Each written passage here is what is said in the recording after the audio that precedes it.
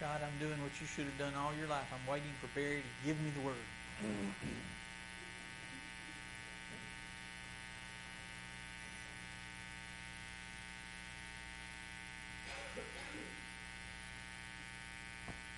Where's Mike?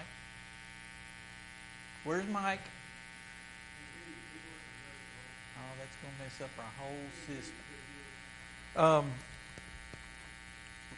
If you would, raise your hand if you're a daily Bible reader. Scott will count.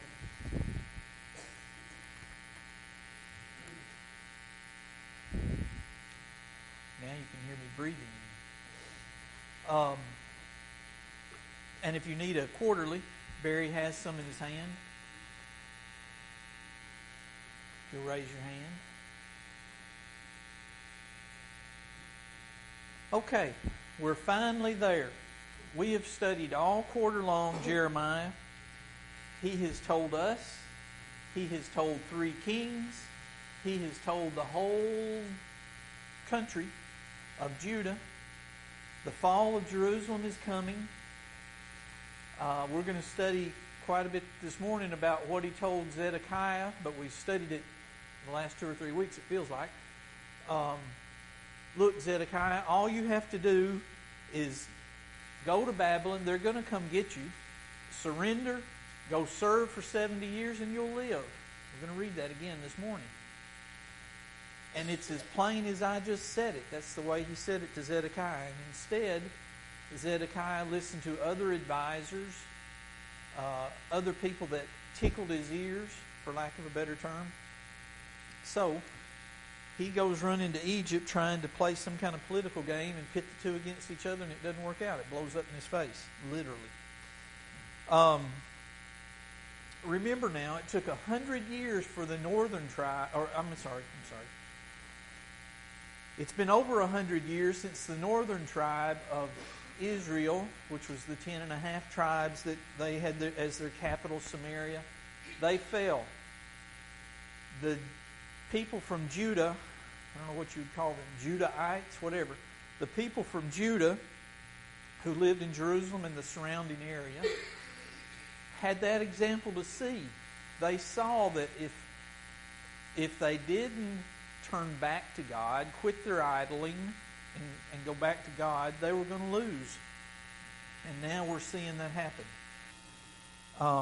In Jeremiah 25:11, Jeremiah says, "And this whole land shall be a desolation and an astonishment. And these nations shall serve the king of Babylon 70 years." How much more plain could he make it? Here's what's going to happen. Here's how long you're going to have to serve. And then things are going to get better. Some of the so-called prophets, other people that live there in the country and claim to be prophets, tried telling Zedekiah and others, this isn't going to happen. God's not going to let a foreign nation come down and invade and take over the city where his temple is. That was their argument. But we'll see that, yes, he did. He'd already warned them more than once that it was coming. I think King Zedekiah was like humans today. You give them 2 choices, or you give them 2 paths, they're going to take the one that makes them feel a little better. And it was more comfortable to think that God's going to protect me one more time no matter how I'm living than it was to maybe I ought to confess my sins and repent and change my ways and go ahead and give in, and I'll survive in the long run. And I think we're that way today. We want to listen to the preachers who might tell us things we want to hear that won't be so hard on us maybe. Won't require so much of us. In Jeremiah 27:17, Jeremiah told Zedekiah one more time, "Do not listen to them. Serve the king of Babylon and live. Why should the city be laid to waste?" It makes sense, doesn't it? Why would you bring this on Jerusalem? Jerusalem could survive. He'd leave it alone if the people would come out. But he wouldn't do it. Essentially, Jeremiah gave Zedekiah a choice. Surrender to the Babylons and live, or rebel against them and suffer terrible consequences. The terrible consequences included both Zedekiah's life and the city of Jerusalem. In Jeremiah 38:18, but if you do not surrender to the king of Babylon's princes, then this city shall be given into the hand of the Chaldeans. They shall burn it with fire, and you shall not escape from their hand. Now, look on page 75 in the quarterly. We're going to read the text. We're going to read most of the text. There's some names in here that I don't think have a whole lot to do with our salvation, and I'm flat going to skip. I'm not going to try. Jeremiah 39, verse 1. In the 9th year of Zedekiah, king of Judah, in the 10th month, Nebuchadnezzar, king of Babylon, and all his army came against Jerusalem and besieged it. All right, so you see what's happened? The army of Babylon has come down to Jerusalem. They've surrounded it completely. They've cut them off. There's not going to be any UPS and FedEx bringing food in. Okay? They've cut them off. Apparently, Jerusalem had, I don't know if they had wells inside the city or springs or whatever, but they had water, and they weren't able to cut that off because they're able to survive for 18 months. And I don't know how long it's been since you've gone 18 months without a drink, but that doesn't happen real often. So anyway, they've got that, and apparently they had food stores because they were able to hold out for 18 months. But it got pretty bad. In the 11th month of Zedekiah, in the 4th month, on the 9th day of the month, the city was penetrated. So Jerusalem finally gives up. Somebody gets through the walls. Then all the princes of the king of Babylon came in and sat in the middle gate. And then the names that I don't want to try. But basically they're princes of Babylon.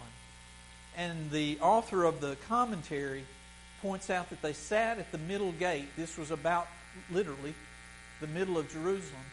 And the reason they did it was a elevated area, and they could see the looting that was going on both toward the north of Jerusalem and toward the south of Jerusalem. So that's what, I don't know what the purpose of these princes being there was, but they were watching the looting going on and the tearing down, the destruction of Jerusalem. One more thing I want to point out that's not in here, except I can't remember the city's name.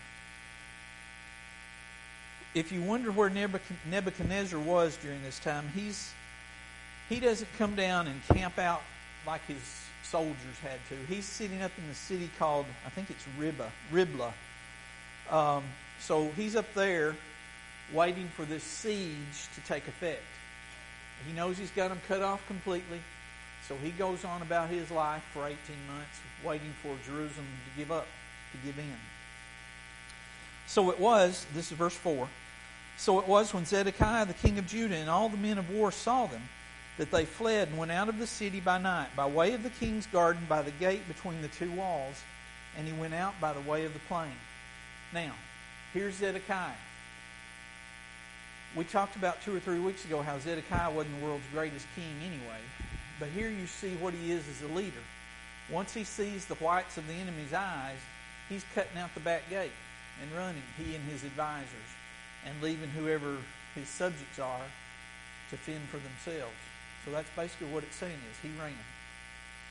Verse 5, but the Chaldean army pursued them and overtook Zedekiah in the plains of Jericho. And when they captured him, they brought him up to Nebuchadnezzar, king of Babylon, to Riblah, in the land of Hamath, where he pronounced judgment on him. So, Jerusalem is on a mountain.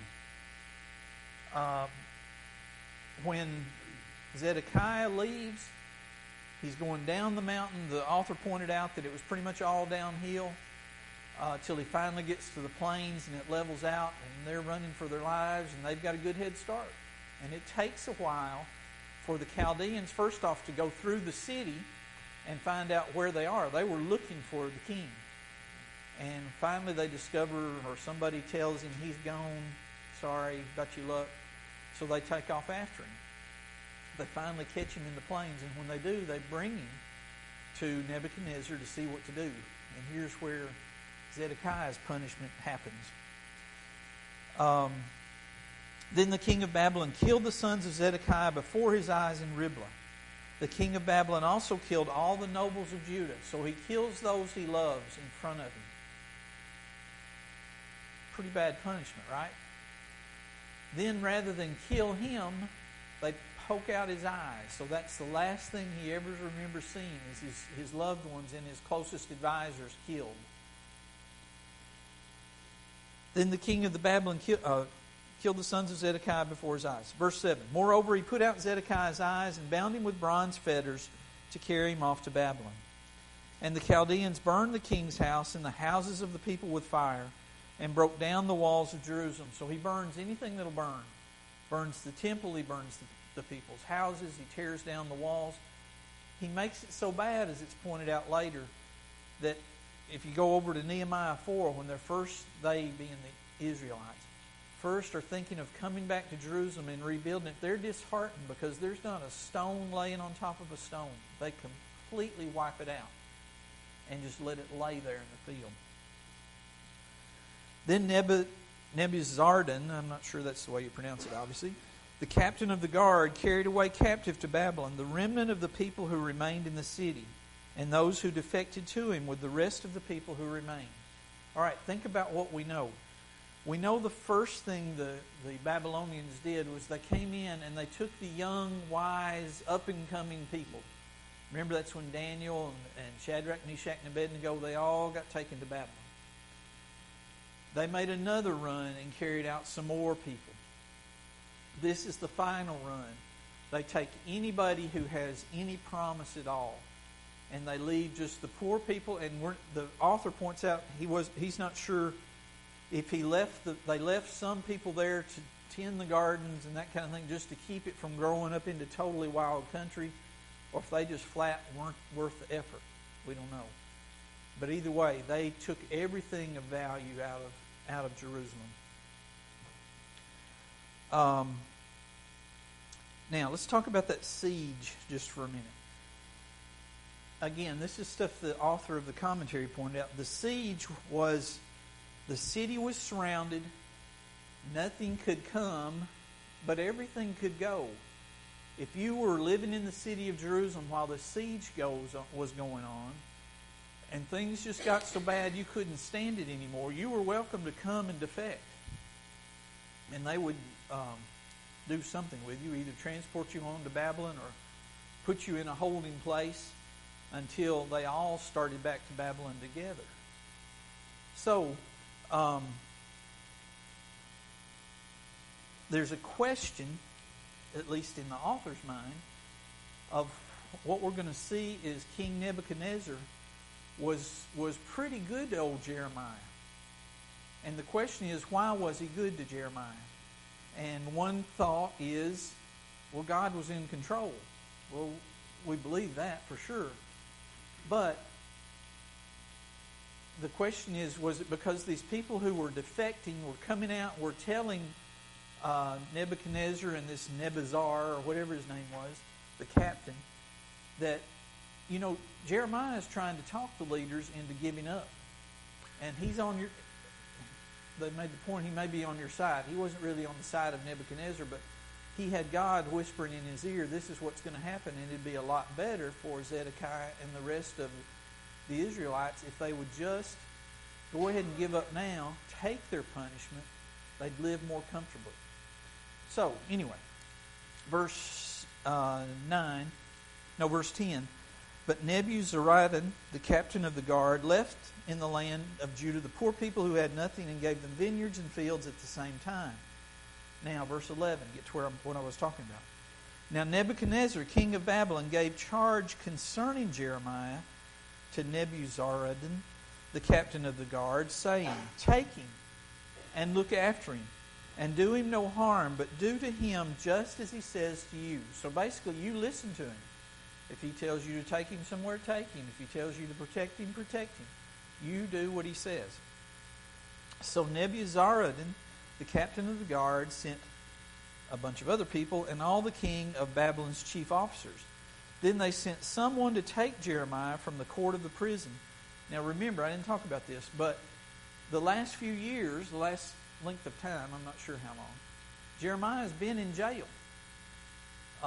He couldn't, because Zedekiah finally just got tired of him telling him over and over and over, you're going to get beaten. You need to give up. So he throws him in jail. So really, for Jeremiah, life gets better once Jerusalem falls. But for the rest of the people of Jerusalem, obviously it's not better. So they commit him to this Gedaliah, or whatever his name is, the son of Ahikam, the son of Shaphan, that he should take him home, so he dwelt among the people. And in the next couple of lessons, we're going to talk a little more about Jeremiah's life after the fall of Jerusalem. But this is it. Jerusalem's gone. All the things we've talked about all quarter long about if you don't repent, if you don't change your ways, I'm finally going to let somebody take you over. Today's the day. Okay?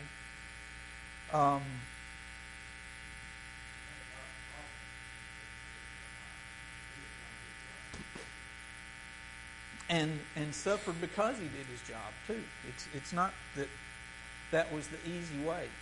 The people of Jerusalem, we've studied for the last 10 weeks, 11 weeks. The people of Jerusalem made it pretty miserable on old Jeremiah. He's had a tough life. I wrote that it reveals that Jeremiah's prophecy came true, and it was just as God told him would happen. Basically, we see that, right? How to read in these verses. The rebellious attitude of the people toward God's messengers is summed up in 2 Chronicles 36:16. I think this is part of what's confusing about our study of the Bible, especially the Old Testament. So many of these things, 2 Chronicles, 1st and 2nd Kings, Jeremiah, who else? Daniel, Hezekiah. These books are all kind of describing pieces of the same time. So we think some of this stuff is happening over and over. Really all we're seeing is it's the same thing happening. It's just from different perspectives. So, jumping to 2 Chronicles 36:16. But they mocked the messengers of God, despised his words, and scoffed at his prophets, until the wrath of the Lord arose against his people, till there was no remedy. And I guess the reason I want to read that is there is a point where there's no return. There's no getting better. God kept sending messengers to these people. You need to change. Give up your idols. It's such a simple thing. I brought you into this land and told you if you would kill everybody there so you wouldn't be tempted by these idols, if you just kill everybody there, you can have the whole country to yourself. It's a good country. It's very productive. Life would be good. And all you have to do is obey me. But it just never happened, did it? So this is the culmination of all that talk back and forth. I bring that up because I want you to think about our lives today. Most of us are going to live 60 to 80 years here on this earth. Some of us shorter than that. Some of us a little longer than that. But when you think about eternity, 60 to 80 years is not a long time, is it? I'm 56 years old, and I'm telling you, it's happened like that when you look back. It goes by quickly. It's such a short time to live the way God wants us to live the way Jesus did when he was here. And to offset that, the businessman in me says, this is a great deal. You live his life for just a short time, and then you get to live with all the rewards for eternity. It's a really good swap. But we all fall short of that. He asks so little and rewards us so richly. How can we not love and obey him? Now, that's the fall of Jerusalem. Turn, if you would, to Luke chapter 16. I want to try to use this example. I'm not sure this is a good way of doing this, but I want to try to use this example to show we can pull lessons out of what we've been studying about the problems with that the people of Jerusalem had, the failings, maybe better said, of the people of Jerusalem. This is the story of the rich man and Lazarus. See see if you can help me relate this to what we've been studying. Verse 19. Now there was a rich man, and he habitually dressed in purple and fine linen, joyously living in splendor every day. The rich man had a good life here on this earth. Kind of makes me think they're describing our life. We've got life really good, especially when we look around at other countries in this world. Other people even in this country.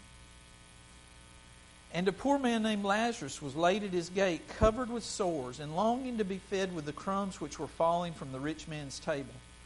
Besides, even the dogs were coming and licking his sores. Lazarus had a rough life. But Lazarus was here, and he had a life. Now the poor man died and was carried away by the angel to Abraham's bosom, and the rich man also died and was buried. Have I ever told you the story about Walter Glenn talking to Steve Maggart on the phone?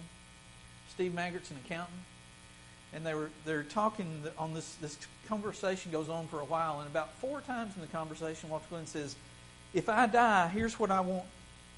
And finally, Steve works up the courage and he says, "Walter Glenn, it's not if I die. You're going to die." We're all that way, right? We don't want to think about our own death, but it's going to happen. And that's what happened to the rich man, and that's what happened to Lazarus. They died. It's the nature of things. Now the poor man died and was carried... I knew I wasn't going to finish this. Now the poor man died and was carried away by the angels to Abraham's bosom, and the rich man also died and was buried. In Hades he lifted up his eyes, being in torment, and saw Abraham far away, and Lazarus in his bosom. And he cried out and said, "Father Abraham, have mercy on me, and send Lazarus, so that he may dip the tip of his finger in water and cool off my tongue, for I'm in agony in this flame." Basically, I think what we're supposed to see here is hell's not going to be a place we want to be. There's no light at the end of the tunnel. It's just forever and ever torment. But Abraham said, "Child, remember that during your life you received good things, and likewise Lazarus bad things. But now he's being comforted here, and you are in agony. And besides all this, I just flat can't do it. Between us and you there's a great chasm fixed, so that those who wish to come over from here to you will not be able, and that none may be able to cross from over there to here." Okay, then the rich man gets to thinking, okay, here's another angle. And he said, "Then I beg you, Father, that you send him to my father's house, for I have 5 brothers, in order that he may warn them, so that they will not also come to this place of torment. Work one more miracle for me then, God. Send Lazarus back to warn my brothers." But Abraham said, "They have Moses and the prophets. Let them hear them." But he said, "No, Father Abraham, but if someone goes to them from the dead, they will repent." But he, being Abraham, but he said to him, "If they don't listen to Moses and the prophets, they won't be persuaded even if someone rises from the dead." You see the lesson there? It's a lesson for us today. We've got the Bible speaking to us every day. Here's what you ought to do. The people in Jerusalem had Jeremiah saying, "Look, here's all you've got to do." And they rejected him every day. And Jeremiah wasn't the first one they rejected, but it's just the one we've been studying this quarter. And I just wonder if 200 years from now, if somebody was writing a history of our lives, would they just point out over and over again, the people had to see how the country was going, how they took away prayer in schools, and they took away this right and that right. And they just kept pushing political correctness, kept pushing Christians back to the back. And the majority of people, in our case, I think it's the vocal minority is pushing the silent majority into the corner. And I'm afraid that's what's happening in our country. I'm afraid that's what's happening in our lives. But the point to see is Abraham knew, just like we know with the power of our hindsight, because we can look back and see, it wouldn't have mattered who came to earth, who worked whatever miracle. Think about the leaders of Jerusalem back in the heyday of Jerusalem when Jesus was walking the earth. The very people who told their congregations the Messiah is coming, when the Messiah got here and worked miracles in front of them, they didn't want to give up their power, and they just wanted to close their eyes as to what was happening and fight against it. And I'm afraid that may be human nature if we're not careful. Okay, I appreciate you being here. I'm sorry we had to run through this so quickly, but that gets us through the fall of Jerusalem.